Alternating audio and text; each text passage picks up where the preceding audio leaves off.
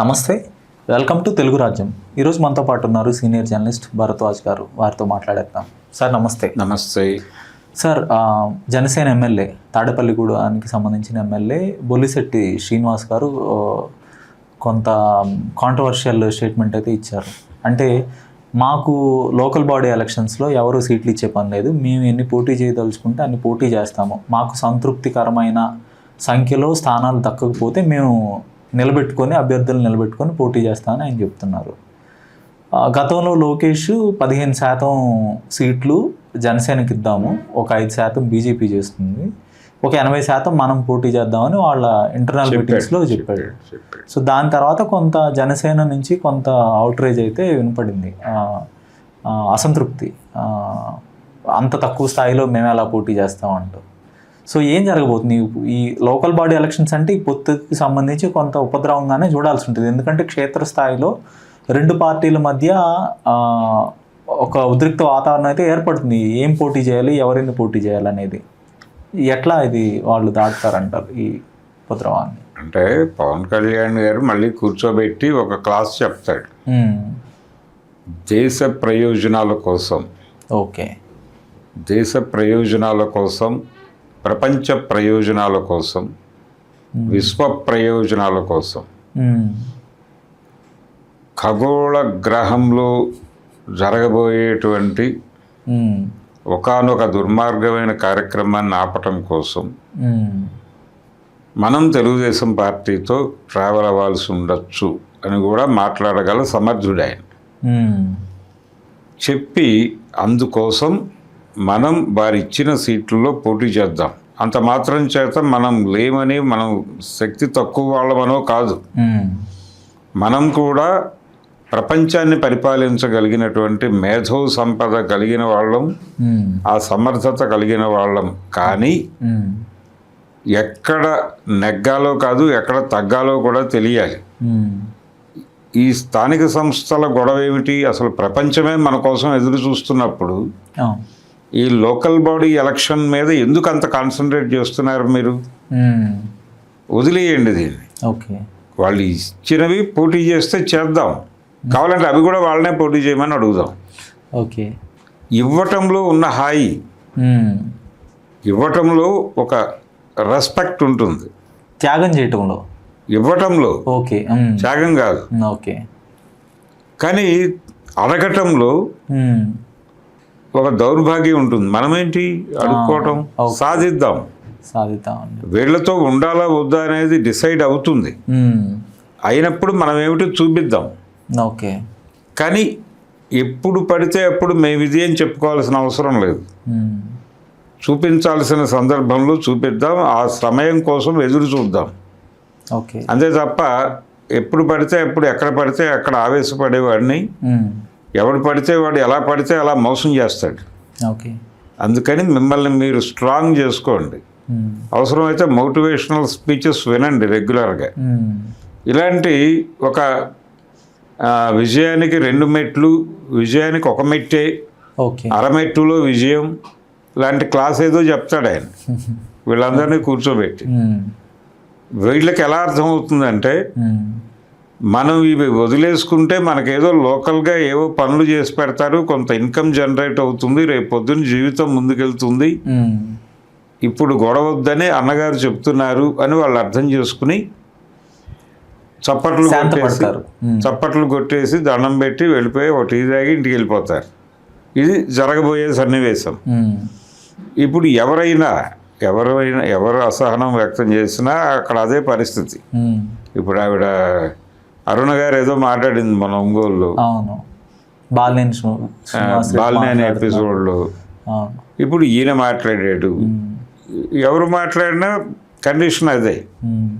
ఇష్టం నచ్చకపోతే పార్టీ నుంచి వెళ్ళిపోయారు చాలా మంది. వెళ్ళిపోవటం అనేది ఇక వాళ్ళు, మేము వ్యక్తిగతంగా వాళ్ళకేవో లింక్స్ ఉంటాయి అవతల. లింక్స్ ఉన్నవాడు వెళ్ళిపోతాడు, లింక్స్ లేనివాడు సరే నడుపుదాం, కొంత డ్రామా ఇది నడుస్తోంది కదా అనుకుని కొనసాగుతారు కదా. ఈ కొనసాగింపే కోరుకుంటున్నాడు ఆయన. ఆయనకి టైం రావాలి. ఆయన ఇప్పుడు ఈ స్థానిక సంస్థల గురించో మరో దాని గురించో వాళ్ళతో గొడవ పడలేడు. ఎందుకంటే క్లారిటీ ఢిల్లీ నుంచి రావాలి ఈయనకి. ఢిల్లీ నుంచి నువ్వు వచ్చేసాయి అంటే ఇమ్మీడియట్గా ఆయన స్వరం మార్చి ఒక ప్రెస్ మీట్ పెట్టి ఇప్పటి వరకు ఉన్న కడుపు మంట అంతా తీర్చేసుకుని కాసేపు రిలాక్స్ అయ్యి అప్పుడు ఢిల్లీ వెళ్తాడు ఆయన. ఓకే. కాబట్టి ఆ రోజు కోసం వీళ్ళందరూ వెయిట్ చేస్తున్నారు. వీళ్ళల్లో ఏంటి, మొన్న 21 సీట్లు గెలవటం, ఈ 100% స్ట్రైక్ రేట్ అనేది ప్రతి బుర్రలోనూ నరనరాన ఎక్కేసింది. జనసేన కోసం పనిచేసిన ప్రతి ఒక్కడికి ఎక్కింది అది. ఓకే. 100% స్ట్రైక్ రేట్తో మన పార్టీ గెలిచినప్పుడు మనమేంటి ఇంకా ఇలా ఉన్నాం అని ఎప్పటికప్పుడు వాళ్ళు అద్దంలో చూసుకున్నప్పుడు అవతల నుంచి ఒక ప్రశ్న వస్తుంది కదా, అద్దంలో కనిపించే బొమ్మ నుంచి, దానికి సమాధానం చెప్పుకోవాలిగా. అందుకని ఈ మాటలు మాట్లాడుతూ ఉంటారు. పవన్ కళ్యాణ్కి తెలుసు వీళ్ళు ఎప్పుడూ అద్దంలో ముఖం చూసుకుని ఆవేశపడుతున్నారు, 2 రోజులు పోతే అదే పోతుంది, అద్దం చూడకుండా అని చెప్తాడు ఆయన ఫోన్ చేసి. అద్దంలో ముఖాలు చూసుకోకండి, 100 ప్రశ్నలు వస్తాయి ఇలాంటివి. నేను కూడా అద్దం చూడను, ఏదో మా ఆవిడ తలదూ వేస్తుంది, నేను బయటకు వచ్చేస్తాను, అలాగే ఉండండి మీరు కూడా అని ఏదో చెప్తాడు ఈలోపు. దానికి కూడా వీళ్ళ జబ్బులు తగ్గకపోతే అప్పుడు ఆయన నిర్మోహమాటంగా వదిలేసుకోవడానికి సిద్ధపడతాడు. అలా సిద్ధపడిన సందర్భాలే మీరు చెప్పింది. అవును, 2024 ఎన్నికల సమయంలో కూడా 21 అని నన్ను అడుగుతున్నారు అని, ఆయన నచ్చకపోతే మీరు వెళ్ళిపోండి అవసరం లేదు నాకు అని కూడా ఖరాఖండిగా చెప్పారు. కాపులు నెగ్లెక్ట్ చేస్తున్నారు అనే ఒక ఆరోపణ వచ్చినప్పుడు కూడా ఆయన నిర్మోహమాటంగా కాపులకి నాకు సంబంధం లేదు అనేసారు. ఇప్పుడు డిసోన్ చేసుకోవడానికి రెడీగా ఉన్నారు ఆయన. ఇప్పుడు ఆయన ముందుకి ఆ రోజున కాపునాడు పాత నాయకులు ప్రపోజల్ పెట్టారయ్యా, మీరు తెలుగుదేశంతో పొత్తు పెట్టుకుంటే పెట్టుకోండి, కానీ 2.5 సంవత్సరాలు మీరు 2.5 సంవత్సరాలు ఆయన పవర్ షేరింగ్ చేసుకోండి, ఆ ప్రపోజల్తోనే వెళ్ళండి అని మాట్లాడారు కదా.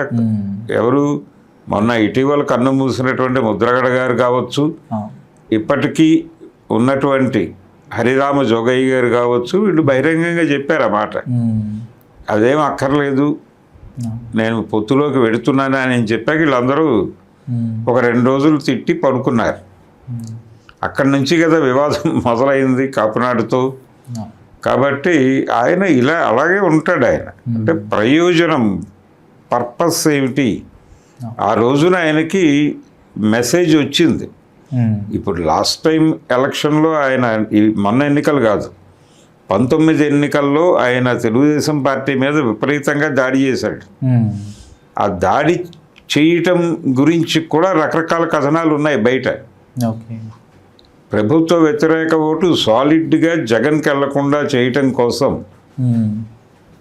ఇది 2009 ఎలక్షన్లో చిరంజీవి గారు ఏ పాత్ర అయితే పోషించాడో ఆ పాత్రని పవన్ కళ్యాణ్తో పోషింపజేయటం ద్వారా తాను గెలవాలని చంద్రబాబు అనుకుని ఇతన్ని బయటకు పంపాడు అనేది కూడా ఉంది.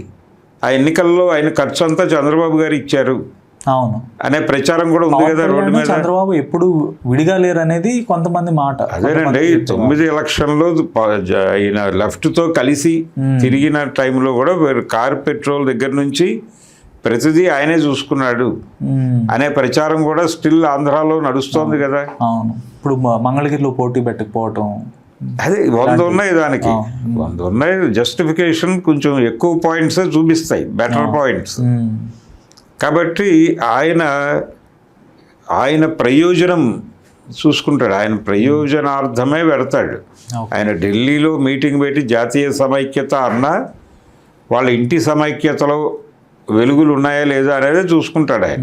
ఈరోజు కూడా పార్టీ నిర్మాణం మీద ఎలాంటి దృష్టి కేంద్రీకరించలేదు పవన్ కళ్యాణ్ గారు అనేది జనసేన శ్రేణుల నుంచి వినపడుతున్న ఒక మాట. అది ఆయన సెంట్రిక్గా నడిచే పార్టీ, ఇంకొకళ్ళని అలౌ చేయాలని ఆయన అనుకోడు. వేదిక మీద సీట్లు వేయటం అనేది ఈ మధ్య చేస్తున్నాడు, మొదట్లో అది లేదు కదా. ఆయన ఒక్కడే మాట్లాడేవాడు, ఆయన ఒక్కడే మాట్లాడతాడు, మిగిలిన వాళ్ళందరూ చప్పట్లు కొట్టి వెళ్ళిపోతారు.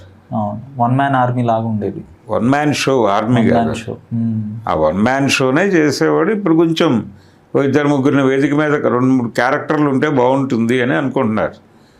అంటే హిట్లర్ సినిమాకి ముందు చిరంజీవి గారు ఒక ప్రెస్ కాన్ఫరెన్స్లో మాట్లాడుతూ హీరో సెంట్రిక్గా చాలా సినిమాలు చేశాను, కొన్ని చాలా ఫెయిల్యూర్స్ కూడా వచ్చినాయి. సినిమాలో మనతో పాటు హీరోతో పాటు ఇంకో 3-4 క్యారెక్టర్లు బలంగా ఉంటే కదా సినిమా ఆడేది ఓకే అనే అభిప్రాయానికి వచ్చాను నేను. వచ్చి చేస్తున్న సినిమా హిట్లర్ అని అన్నాడు ఆయన. అదే ఈయన అభిప్రాయం కూడా. ఓకే అంటే అది దానికంటే నలుగురు ఉంటే బాగుంటుంది అనే వ్యాపారం ఇప్పుడు నడుస్తుంది అని నాకు అర్థమైంది. అందుకని వేదిక మీద నలుగురిని అకామిడేట్ చేస్తున్నానని మాట్లాడతాడు పవన్ కళ్యాణ్. ఓకే అందుకని ఆయనకి ఆ ఘర్షణ ఉంది. క్యాడర్కి అర్థం చేయించాలి నెమ్మదిగా. వాళ్ళ ఆస్పిరేషన్స్ వాళ్ళకు ఉంటాయి. సో ఏదేమైనా తెలుగుదేశం అనుకున్నదే జరుగుతుంది. వాళ్ళు అన్ని ఇవ్వగదలుచుకుంటే అవే జనసేనకు దక్కుతాయి. ఉంటారా పోతారా అనేది వీళ్ళ ఇష్టం.